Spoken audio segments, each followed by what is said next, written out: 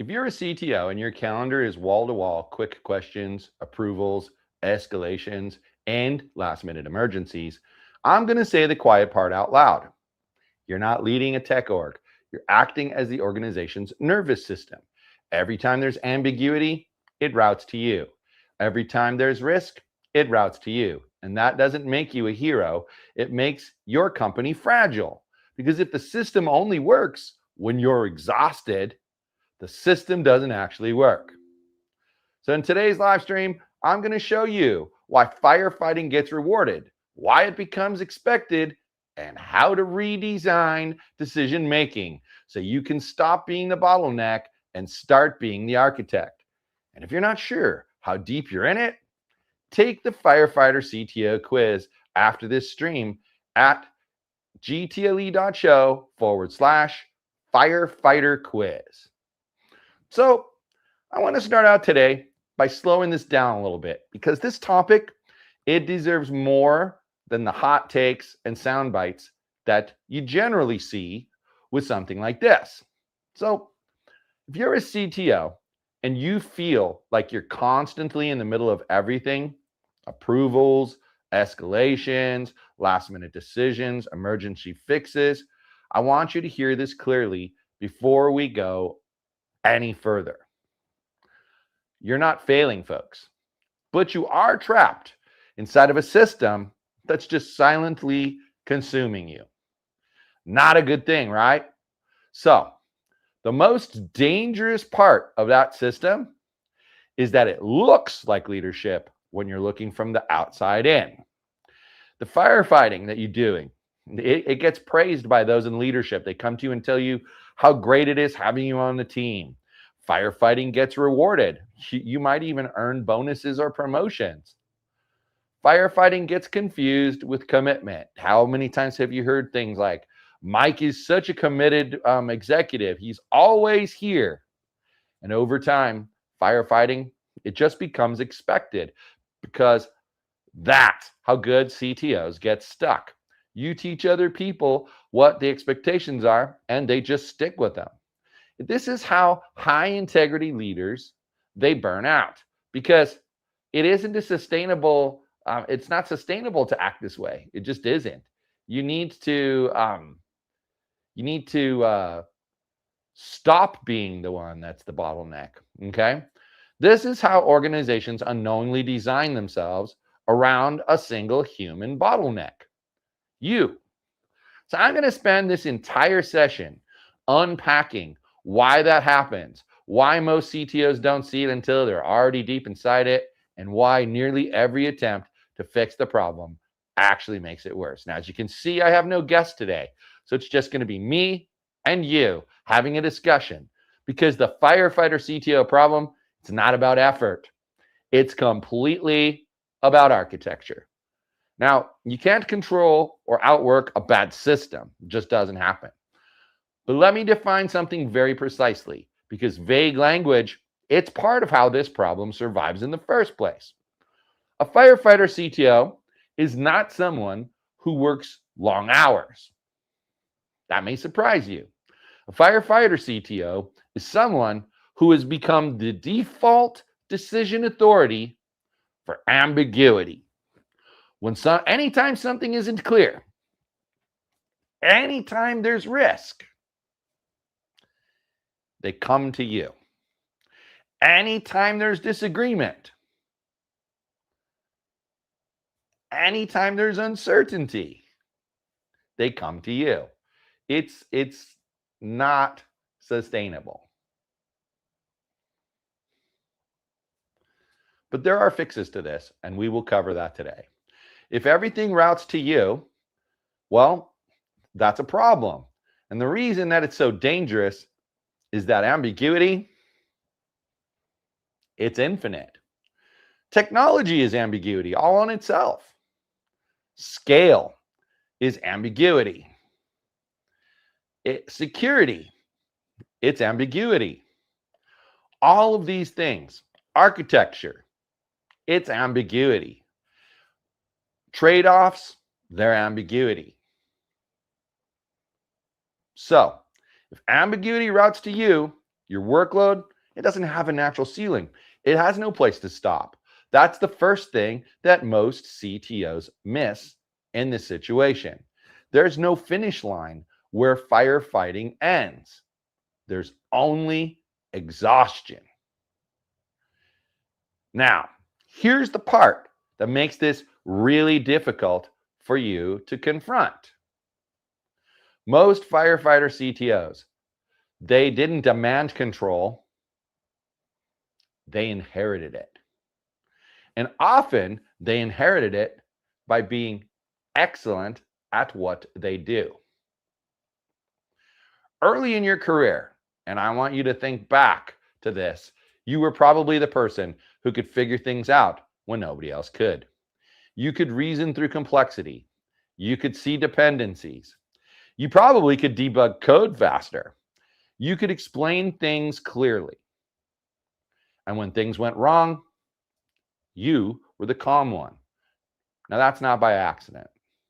You see, one time long ago, when I was a CTO, I was in a situation where we were using AT&T for our internet service, and then we had a backup internet service. And one day, AT&T was working outside of our building, and they clipped a line, and it brought our internet down. And when I contacted them, they said that it was going to be up no less than 2 hours, no more than 2 hours. Sorry. And so they said, yeah, that's it. It'll be between now and 2 hours that it's up. And I was calm, and I switched over to the backup internet, and I made sure I walked around, made sure everyone was still functional on the internet. And then my CEO asked me to come in his office, and he's like, why aren't you upset? Why aren't you panicking? What's going on? Well, I told him, do you want someone who's running around like a chicken with their head cut off to make everybody stressed out? Or do you want someone like me who's taking control? So folks, that's competence. But in organizations that don't know how to scale leadership, competence just gets weaponized. Instead of building systems around it, everybody leans on it. Instead of replicating it, they centralize it. And instead of teaching it, you're right, you know what's coming. They consume it. And slowly, quietly, you stop being a contributor and you start becoming the infrastructure itself. So, I mentioned the internet issue. And what ended up happening with that was the manager of the call center, he came to me and he said, my people were really happy that you were calm because it kept them calm. So you go to show, you've got to stay in your zone. And at that moment, the praise, the relief, the gratitude, that's where the trap starts forming though. Because what nobody tells you is that every time that you personally save the day, the organization learns something. It learns that it doesn't need to change. It learns that the system doesn't need to improve. It learns that escalation is safer than ownership. And it learns that you are going to absorb the risk. At first, this doesn't feel like a burden. It feels a lot like trust. People ask for your input. People want your sign off. People loop you in just so they can be safe. And if you're a conscientious leader, you're always going to say yes. You want to be helpful. What leader doesn't want to be helpful? You want to protect the business, and you want some say in that. You want to prevent mistakes because we all claim that we want to avoid all mistakes, but nobody's perfect, right? And so you answer the question, you review the document that they give to you, you attend the meeting as the request was made, and you give guidance. But something subtle just starts to shift. People stop bringing you their thinking. They start bringing you their uncertainty. They stop saying, hey, Mike, here's what we plan to do. Instead, they start saying, hey, Mike, what should we do? When that happens, ownership moves. Not because anyone actually intended for it to move, but because ambiguity always flows towards certainty. And you become the most certain person in the room. That's how you become the firefighter CTO. Not through ego, that is for certain. Not through control, because None of us should want to control anyone else. Through reliability. Now let's talk about the internal cost of that role, because most CTOs, they understate it, and I'm sure you're no different. When you're firefighting, it destroys your ability to think long term because your day is dominated by reaction. Your brain stays in threat mode. You're constantly switching contexts, constantly responding to urgency, constantly making decisions with partial information. That erodes your judgment over time. You become way more conservative. You possibly become risk averse. You become more impatient. And it's not because you're weak. Please don't think that. It's because cognitive overload just simply changes how we humans function. You stop asking questions like, hey, what's the best system? And instead, you start asking, what's the fastest fix? And that's where leadership quietly degrades into maintenance. I don't know, folks. I don't know about you, but for me, I had a point in time where, I took over this department and I was managing probably 6 people at the time. It eventually rose to about 12 people. And I was missing things. I was getting angry. And then I realized that things had to change. And so I retooled how I did things. And that's what became the decentralized A-team method that I teach today to tech executives. If you want to know more information, head to my website, toptiercoachingservices.com, and click book a call. We can have a conversation about what's bothering you and how we can fix it. And you'll leave that call with at least one of your problems completely solved. So now let's talk about the cost to the organization, because this is where leadership usually gets blindsided. When every meaningful decision escalates, teams stop developing their own judgment. It isn't immediate. It isn't even conscious. They stop because there's no incentive to think deeply when escalation, given it to you, is cheaper for them. Why wrestle with a hard trade-off when the CTO will decide for you? Why take responsibility when approval is expected? Why risk being wrong when safety lives upstairs? So initiative, it dies quietly. Strong people disengage first. They either leave or they emotionally check out. Weak systems, they persist because you keep compensating for them.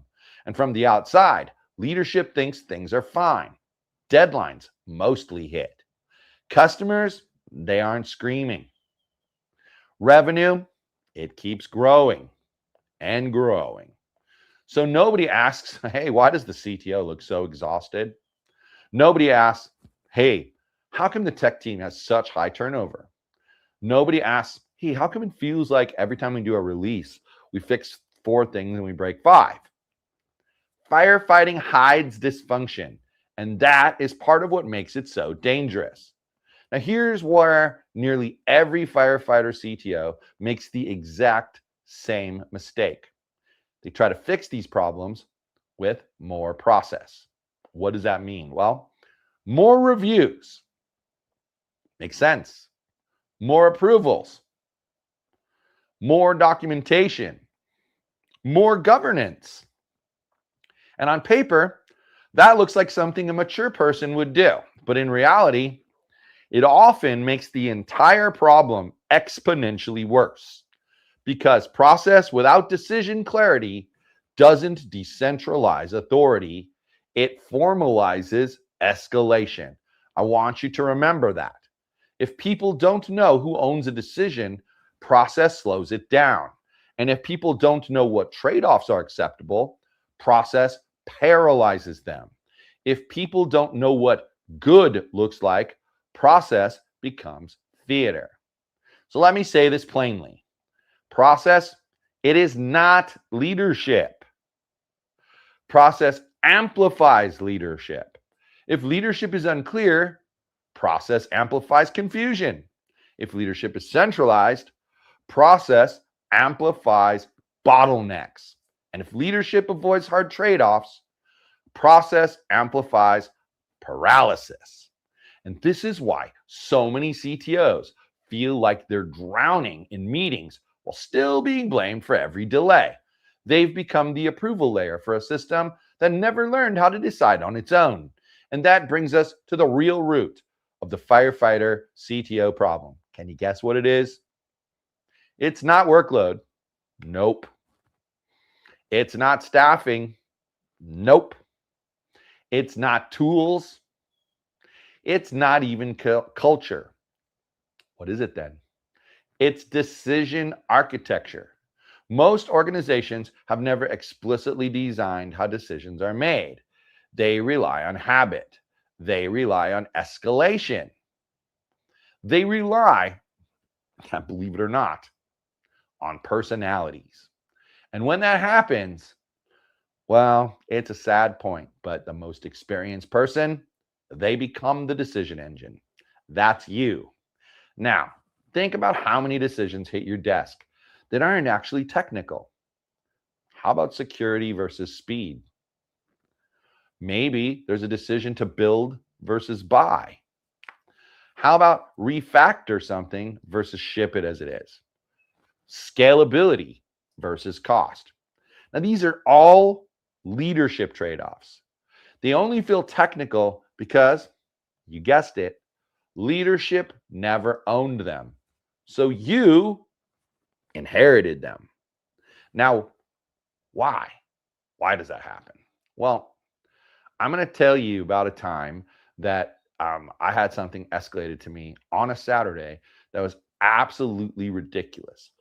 They contacted my CEO, was having a meeting with our sales director, and they were talking about security of the data in our system because she was quite concerned that salespeople could send that data elsewhere. And so she thought, and not knowing what was going on, she thought she had a great solution. So she contacted, the CEO contacted our network administrator and said, hey, this is the situation, blah, blah, blah, blah, blah.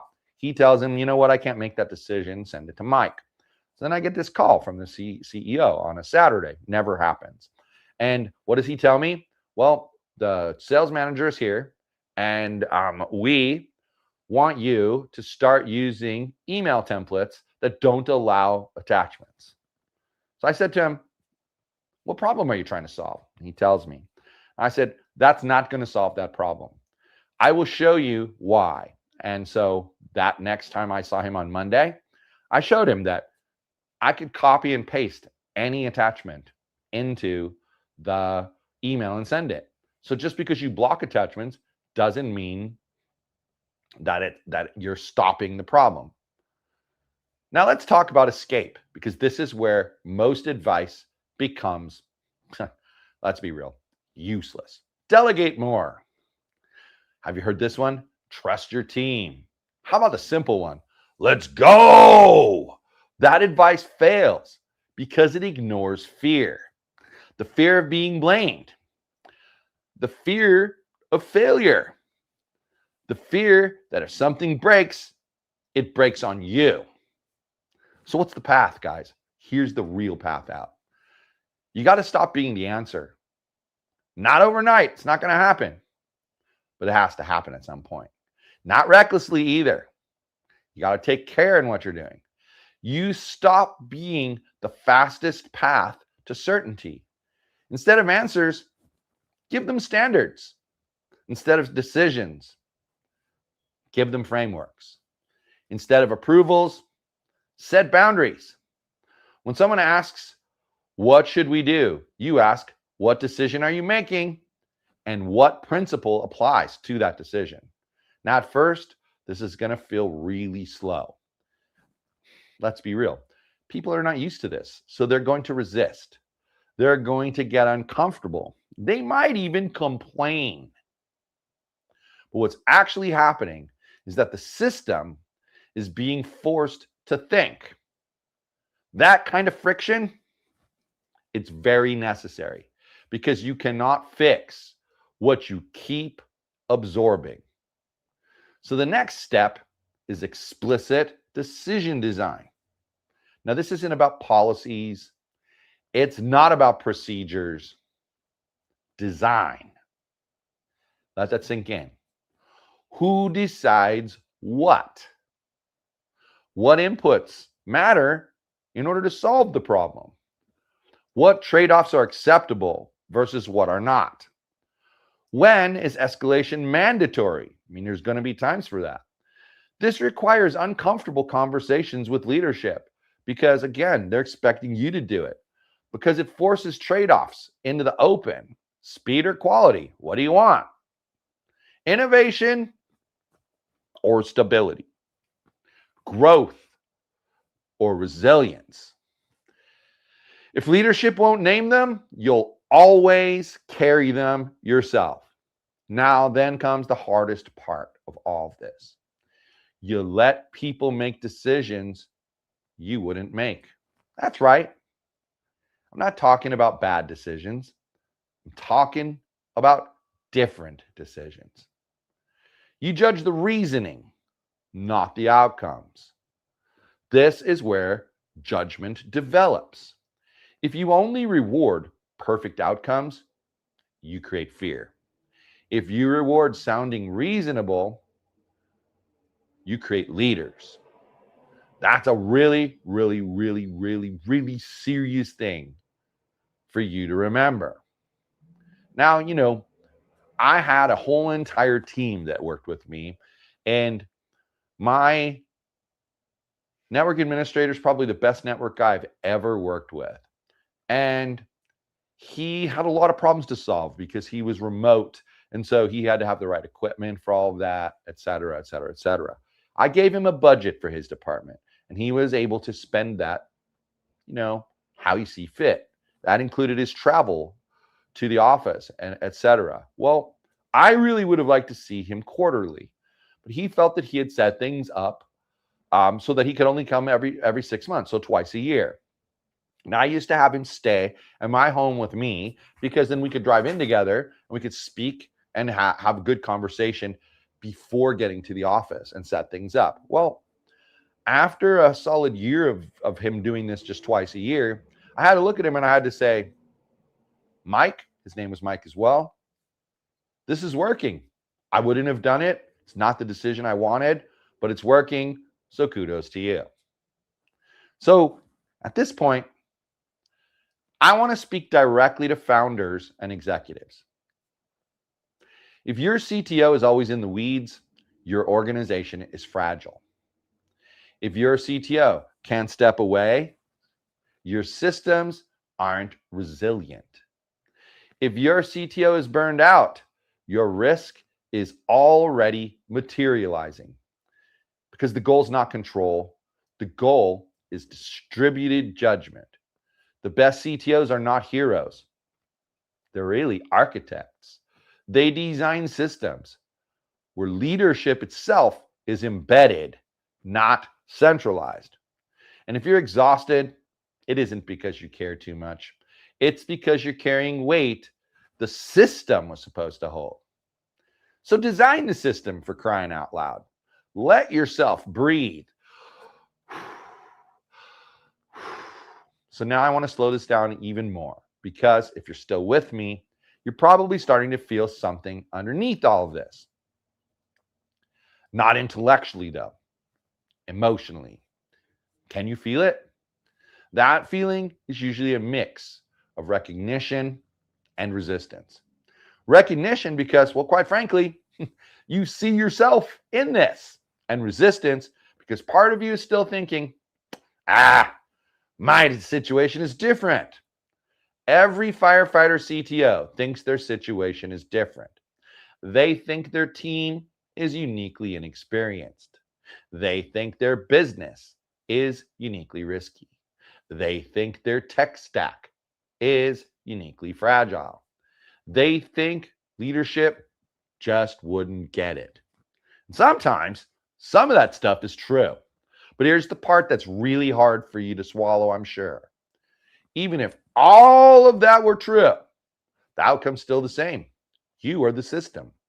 And any system that depends on one human being, guys, that's not a system. That's a liability. So let's talk about something that almost never gets discussed openly. And I believe in this stuff. Identity. Because this role, it doesn't just trap your time.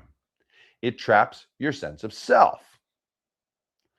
If you've been a firefighter CTO long enough, being needed becomes just part of who you are. You're the first person who knows.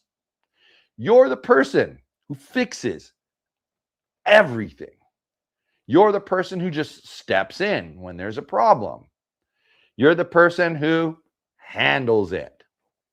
And when people stop needing you as much, it doesn't just feel risky. You feel like you lost something. It feels like a loss.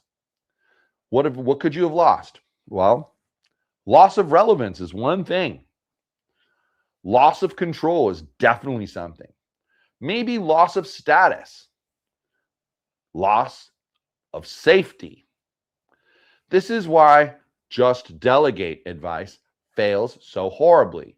Because, guys, delegation, that's not the hard part. Letting go of identity is. I mean, think about it. Identity is who you are, right?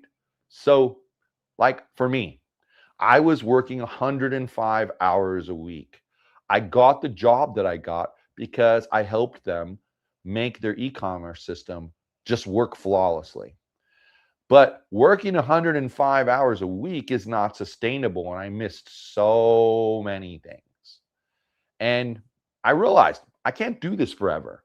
I have value as well, and my value is not wrapped up in how many hours a week I work. I should be working less hours, and that's where the decentralized A-team method was born. Within 3-4 weeks, I was down to 40 hours a week from 105 hours a week. Within 3 months, my team hadn't missed a deadline yet. They were making decisions like champions, and just overall, everything ran better. You see, most CTOs never talk about this part. They always want to talk about process, or maybe they want to talk about structure. Then there's even some that want to talk about scaling. But what's underneath it all is fear. Fear that if you're not in the middle, you're not going to be valued. Fear that if you're not essential, you're going to be replaced. Fear that if something goes wrong, you'll be blamed anyway. And here is the very cruel irony. Firefighting, it feels like job security, but in reality, it makes you brittle. Because when everything depends on you, leadership can't see the system clearly. They only see you. And when something eventually breaks badly enough, because it always does, guys, it doesn't seem like a system failure. It doesn't look like a system failure.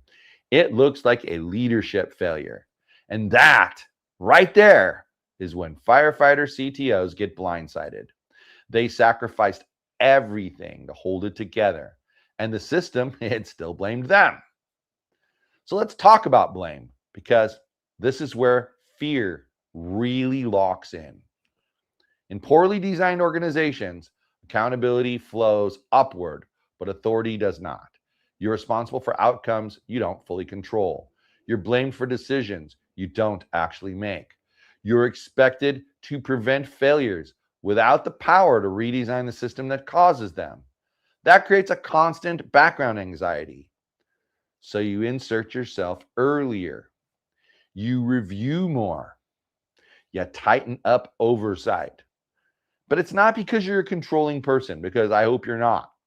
It's because you're trying to do one thing, and that's survive. This is the part that most leadership books, they just completely ignore. They assume rational actors are in healthy systems. Firefighter CTOs are often operating inside political, ambiguous, under-designed environments where risk is asymmetric. If something goes right, the team gets credit. If something goes wrong, though, it lands on you. Of course you're involved. That's not ego. It's just something that happens as the leader. It's called self-preservation, folks. That's what it's about. But here's the very hard truth that you need to hear. The longer you operate in this way, the harder it becomes to escape. Because now the system has adapted around you. Meetings assume your presence. He'll be here. Decisions assume your input. We have to decide this, but Mike will tell us what to do. Timeliness assumes your availability. You're not just a bottleneck.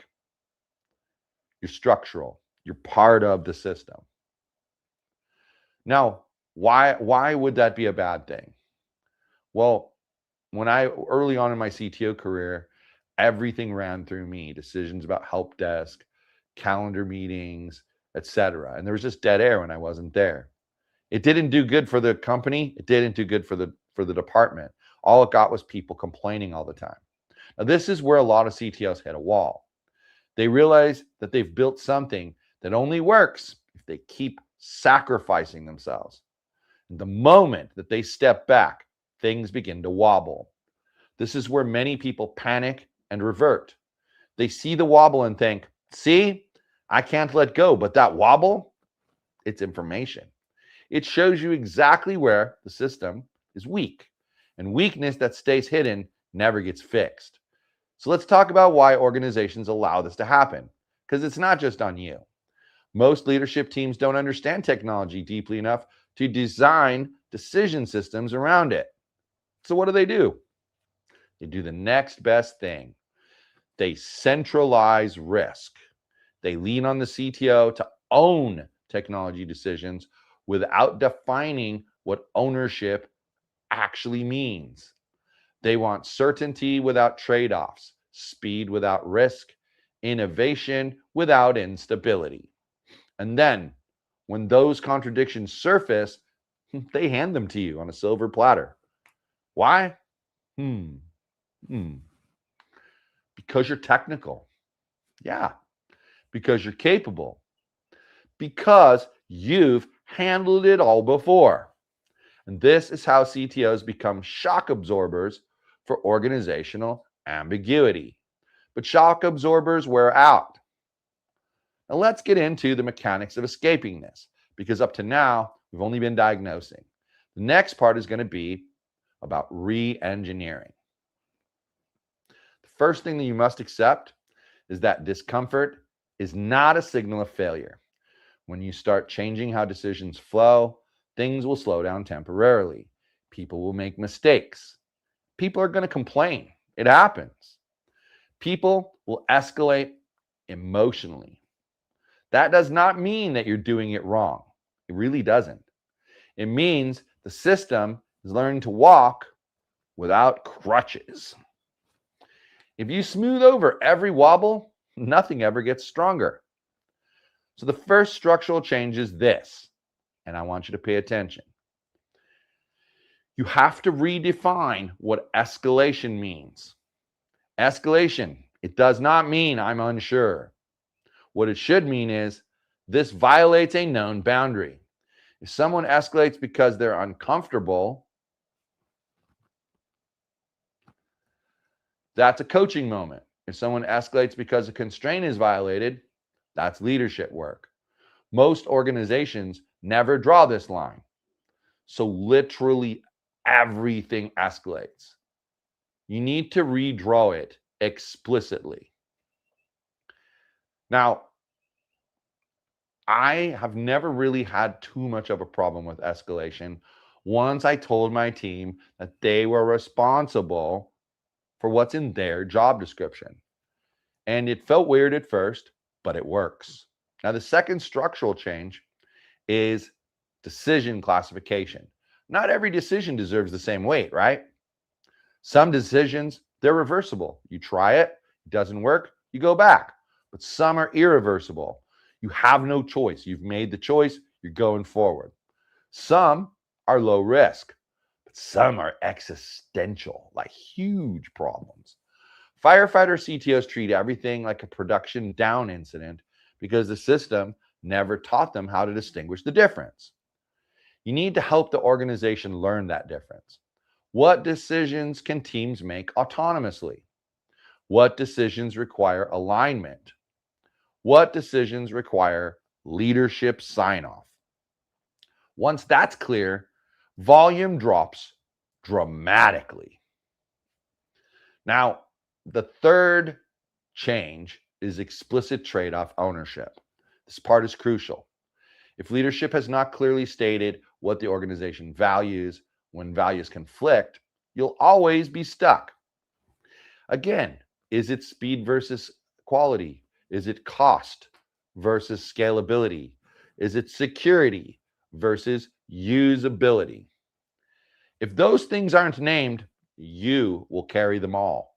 And here's the part that CTOs avoid, like the plague. You may need to push leadership to own those trade-offs publicly. That's extremely uncomfortable for them. It's extremely uncomfortable for a lot of people. It's very political.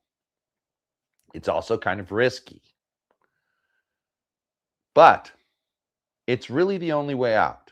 There's no other way to handle this because unowned trade-offs always land on the most competent person, and that's you. So what are your thoughts here so far? I mean, have you ever had to confront somebody about their leadership? Because, one of the problems that I always found on the executive team is that, I had to lead without authority. I was on the same plane as the director of marketing, the director of sales, the director of operations. And so having to, explain roles to other people who are on the same level as you is a very difficult thing to do. But doing so makes a strong shift towards the positive. Things start getting done. Things start getting done on time. Now let's talk about what replaces firefighting, because removing something without replacing it creates chaos. Firefighting gets replaced by intentional leadership cadence. Instead of reacting to issues as they arrive, you create spaces where issues surface early. Design reviews, decision postmortems, have those, please. Architecture alignment sessions, not status meetings. Thinking meetings. This is where your value actually scales. You stop solving individual problems and start improving the system that generates them in the first place. That's the inflection point most CTOs never reach. But here's something important, guys. Your hours will drop before your value does. That's terrifying for some people because we've been conditioned to believe that effort, it equals worth. But leadership, it's leverage, not labor. The more leverage you have, the less visible your work becomes. And that's a good thing. I know you might not think that, but the best leaders are those who can work fewer hours and keep functioning or function better. And that's what happened when I implemented the decentralized A-team method. I stopped having turnover. I stopped having to make every decision. It was great. So now let me talk directly to the point of you yet you're still thinking, yeah, but my team isn't ready. Well, of course they aren't. They were never required to be. People don't develop judgment in environments where judgment's outsourced. You didn't fail to hire leaders. You failed to create conditions where leadership was required in the first place. But that's fixable, guys. It really is. It's fixable, especially if you have a decent team, but only if you stop rescuing them. And this is where firefighter CTOs constantly relapse. They see someone struggle and then bam, they jump in. They see inefficiency and they take the time to optimize it personally. They see risk and they absorb it. Every single rescue that you execute delays development. Every rescue that you do teaches dependency. Every rescue reinforces the pattern that you're trying to break. But it doesn't mean let the building burn. It means letting people feel appropriate consequences, safe consequences, contained consequences, right? It's in a box. Learning consequences, the things they go through, teach them things. And that, folks, is how leaders are made. Now let's get into the final stage, because this is where everything comes together. At some point, if you do this right, something really strange happens. People, they start escalating. Decisions happen without you. Problems get solved upstream. And instead of feeling relieved, well, I'm going to be real with you. You're probably going to feel a little bit uneasy at first because silence can feel like irrelevance if you're used to chaos. That's the last psychological hurdle. You have to learn to trust quiet. Quiet's not disengagement. It's not neglect. It's certainly not loss of control. Quiet is signal that the system is working. And if you can't tolerate quiet, you're going to recreate chaos over and over and over. Now, I learned very quickly by watching my amazing team take over when I was cutting my hours that when things are quiet, I need to stay calm. At first, I used to go and check on things, but in the end, I learned that's when things are working the best. So I want to close this out by reframing leadership in a way that most CTOs never hear. Leadership, it's not being needed. Leadership is being unnecessary in the best possible way. If the organization collapses without you, you didn't build leadership. You built dependency. And once again, dependency, it's fragile.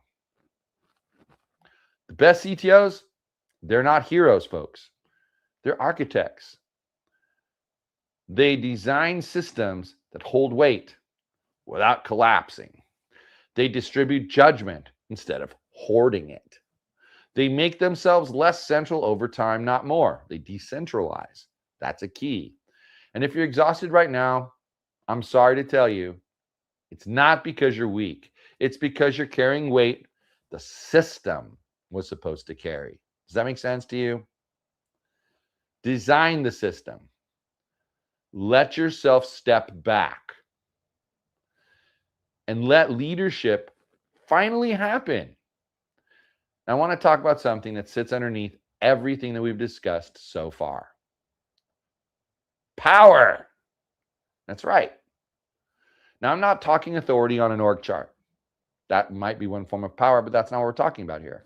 We're talking about real power. The kind of power that shows up when decisions get, to be honest, uncomfortable.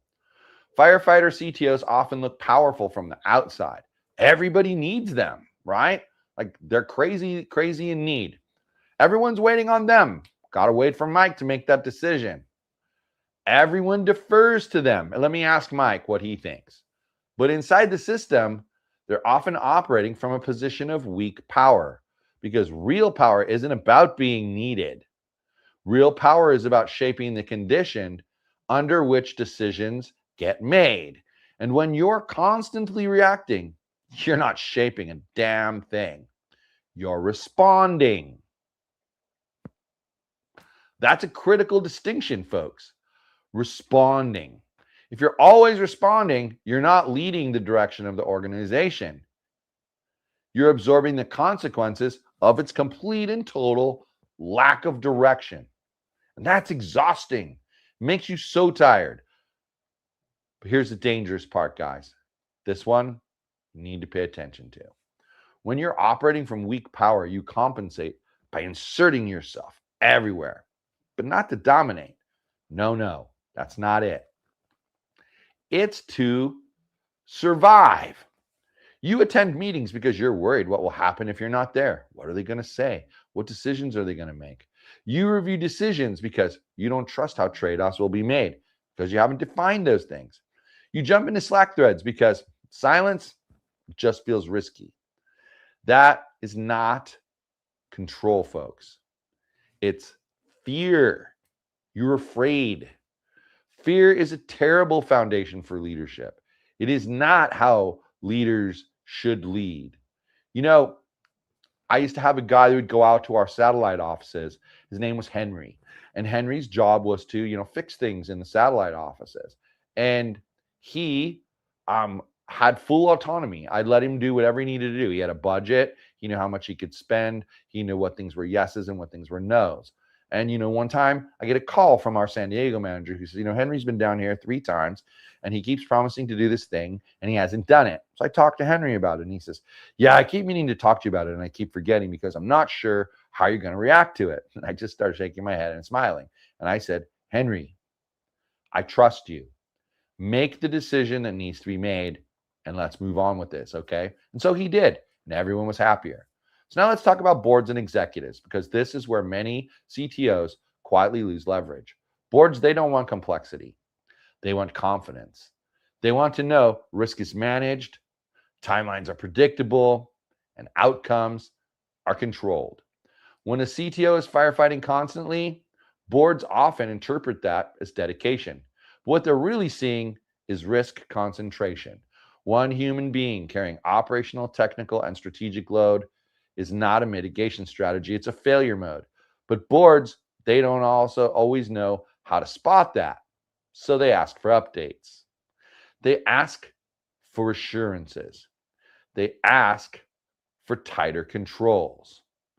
And unknowingly, they reinforce that pattern that's been going on because the CTO responds by working harder, being more available, and inserting themselves even deeper than they already are.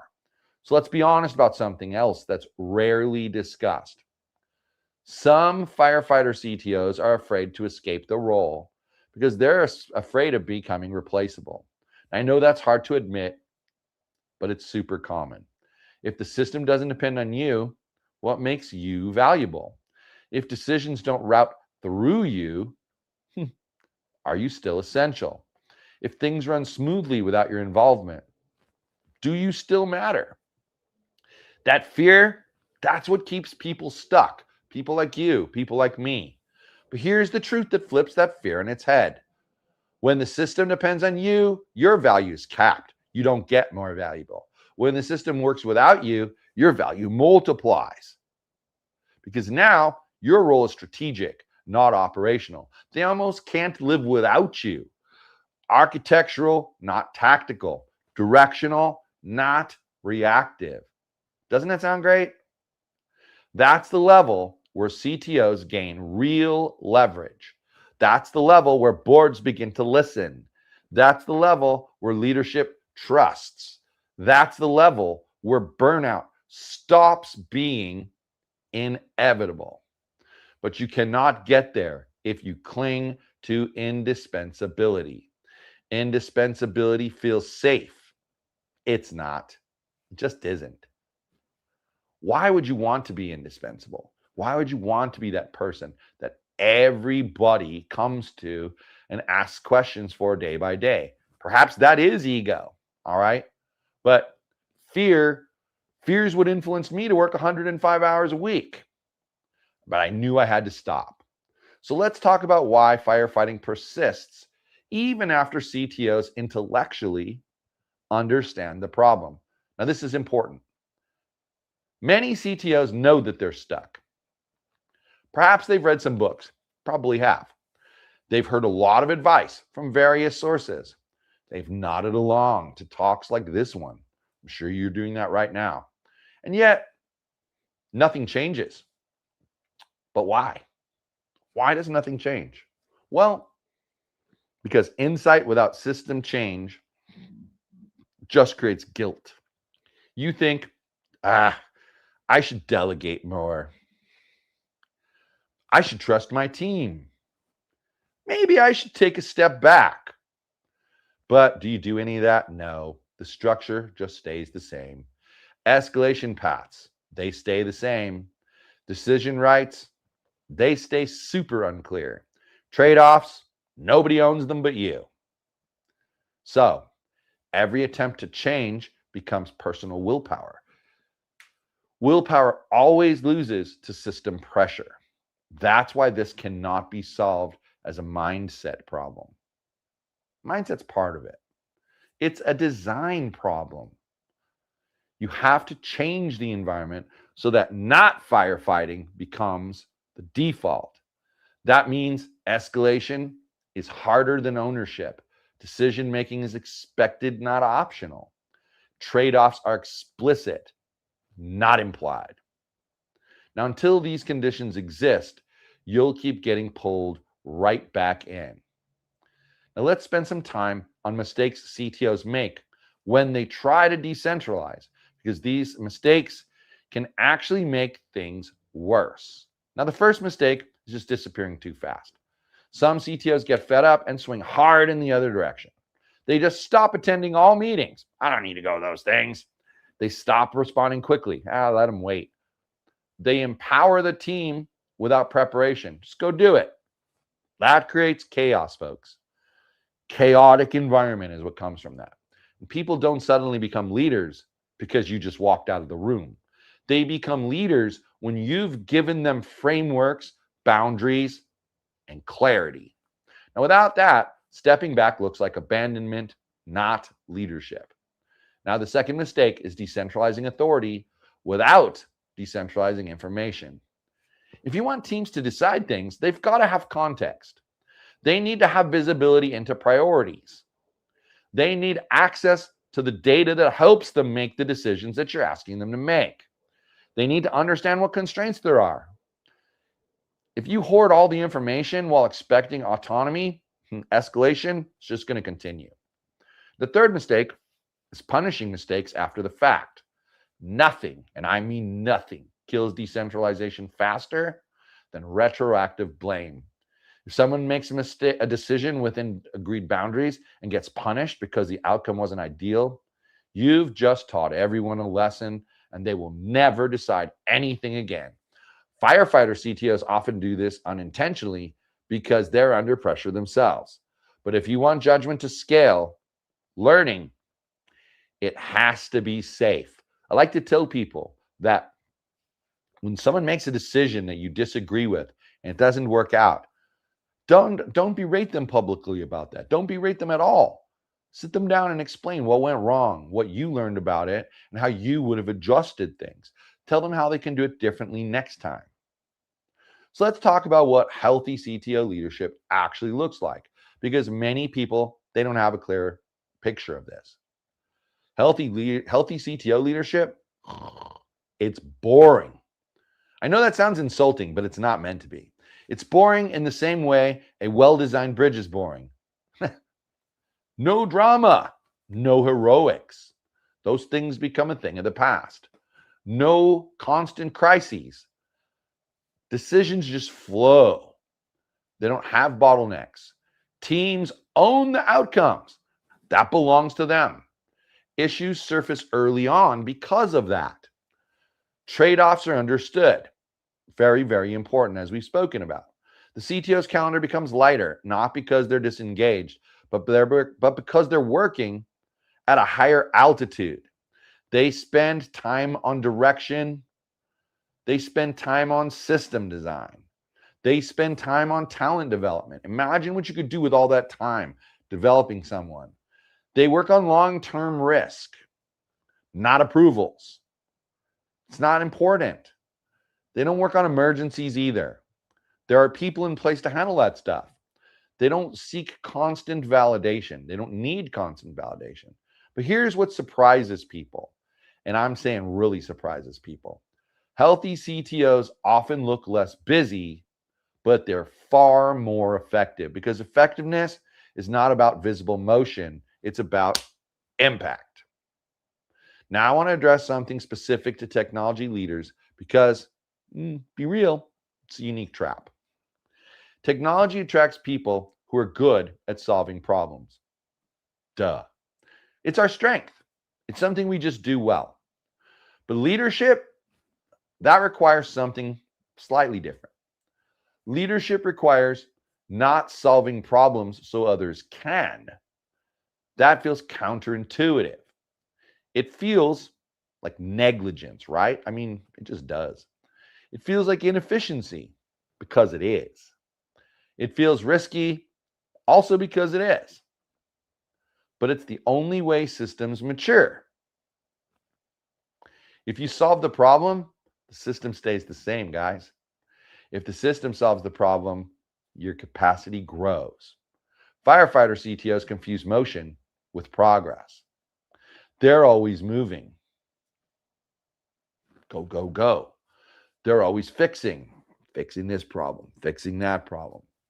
They're always doing things that someone else should be taking care of. And because of all of that, their system, it's not improving. That's the signal. That's what you watch for. Watch for those things that keep you from improving. Watch for when you're looking at motion instead of progress. You know, being busy in and of itself means absolutely nothing. Let's talk about time, because this is where everything becomes unavoidable. Did you know that time is the one resource that you personally have in control that is finite? Your energy, it's finite. Your focus, it's finite. Your health, it's finite. Optimizations that rely on firefighter CTOs are borrowing against those limits. And eventually that debt, it becomes due. Burnout, resentment, health issues. Boy, can I tell you about health issues. Career stagnation. Exit. See you later. I'm out of here, right? None of these are leadership wins. I think we can agree on that. Also, none of them are necessary. But there are predictable outcomes of systems that centralize judgment. And that is why the decentralized A-team method exists.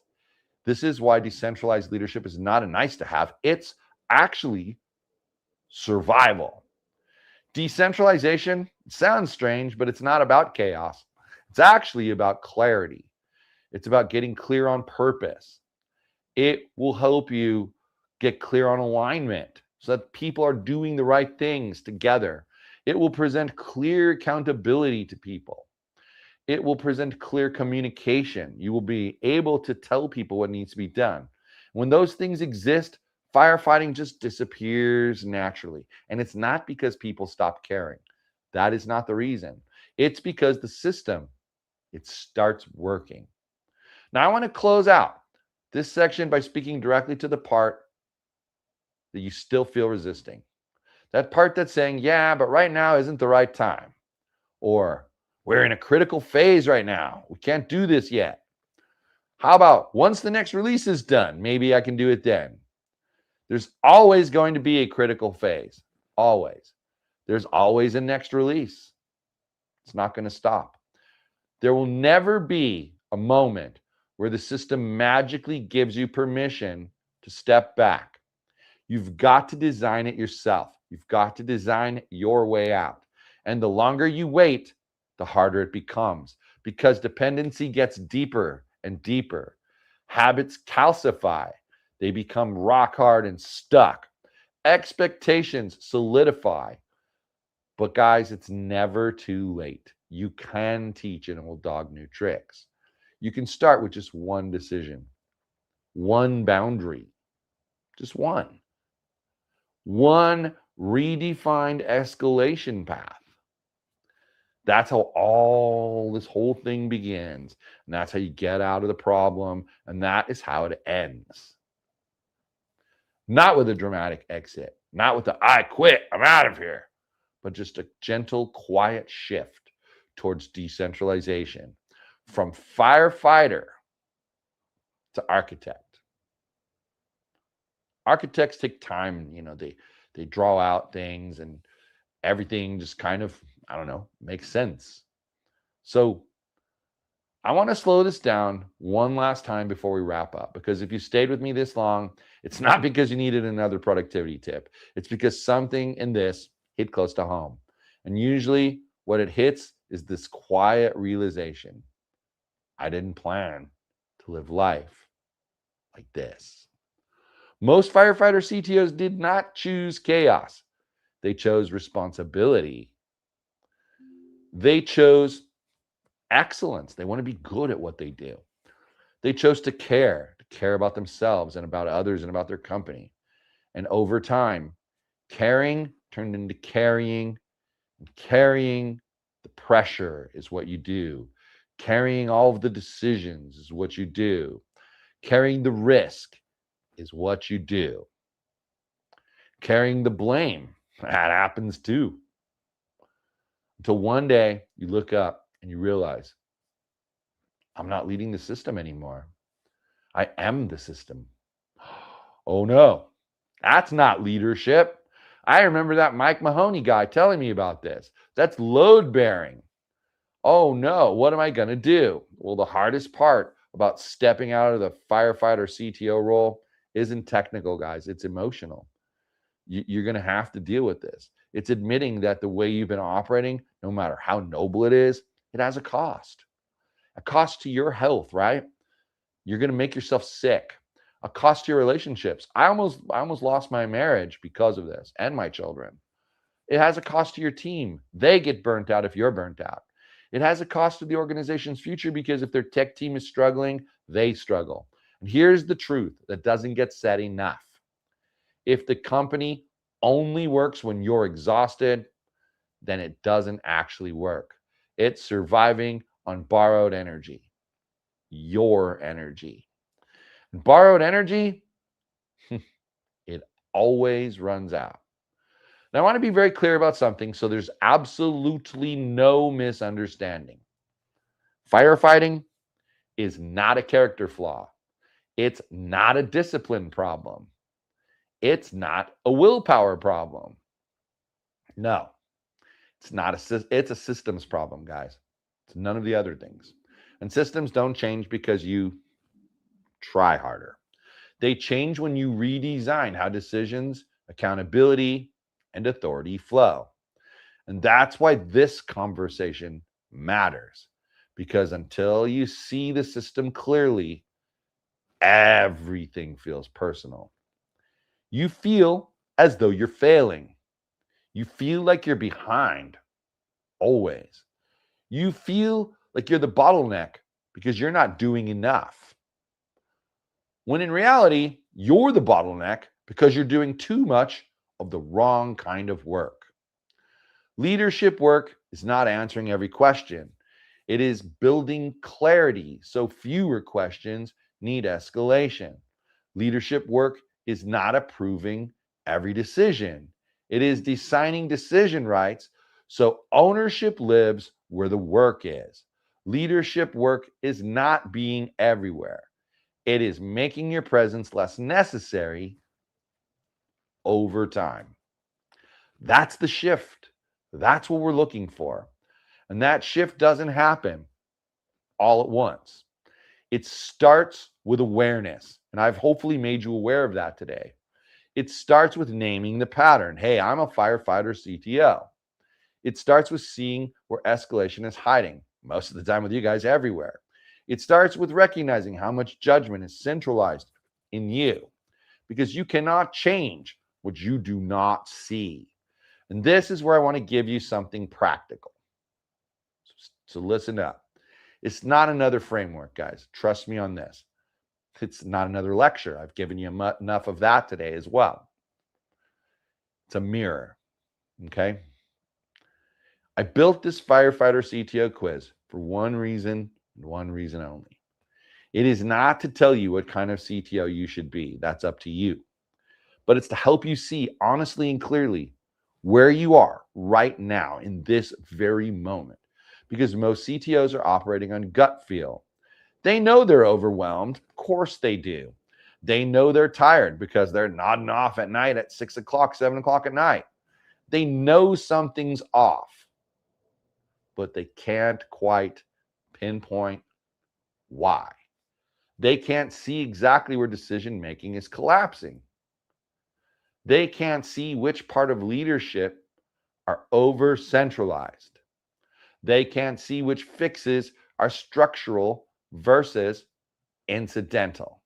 And without that clarity, everything feels overwhelming.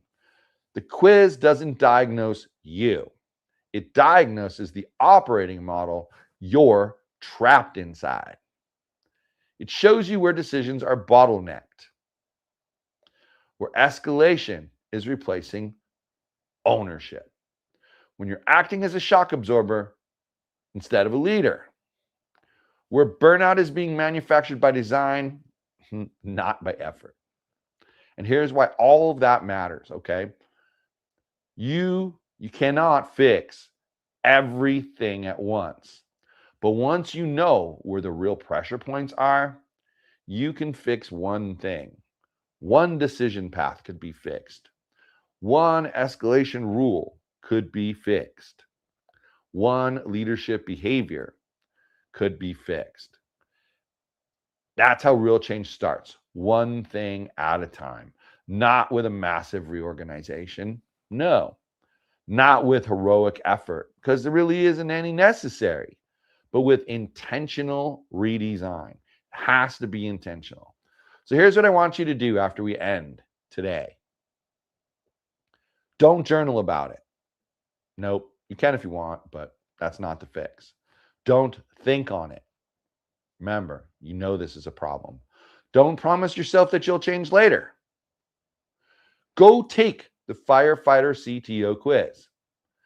Answer it honestly. No lying, no fudging. Not how you wish things were, but how things actually are. Not how leadership thinks things are, but how you know they are. How they actually are. That's the important part. Because clarity is the first act of leadership. And if you're listening to this thinking, I already know I'm a firefighter CTO, good. That means you're ready to stop guessing and start designing, right? The goal is not to work less because you care less. No one would ever suggest that. The goal is to work less because leadership finally exists beyond you. To move from being the hero to being the architect, from carrying the weight to building systems that hold it. Wow, powerful stuff. From constant urgency to deliberate direction. That's the work, folks.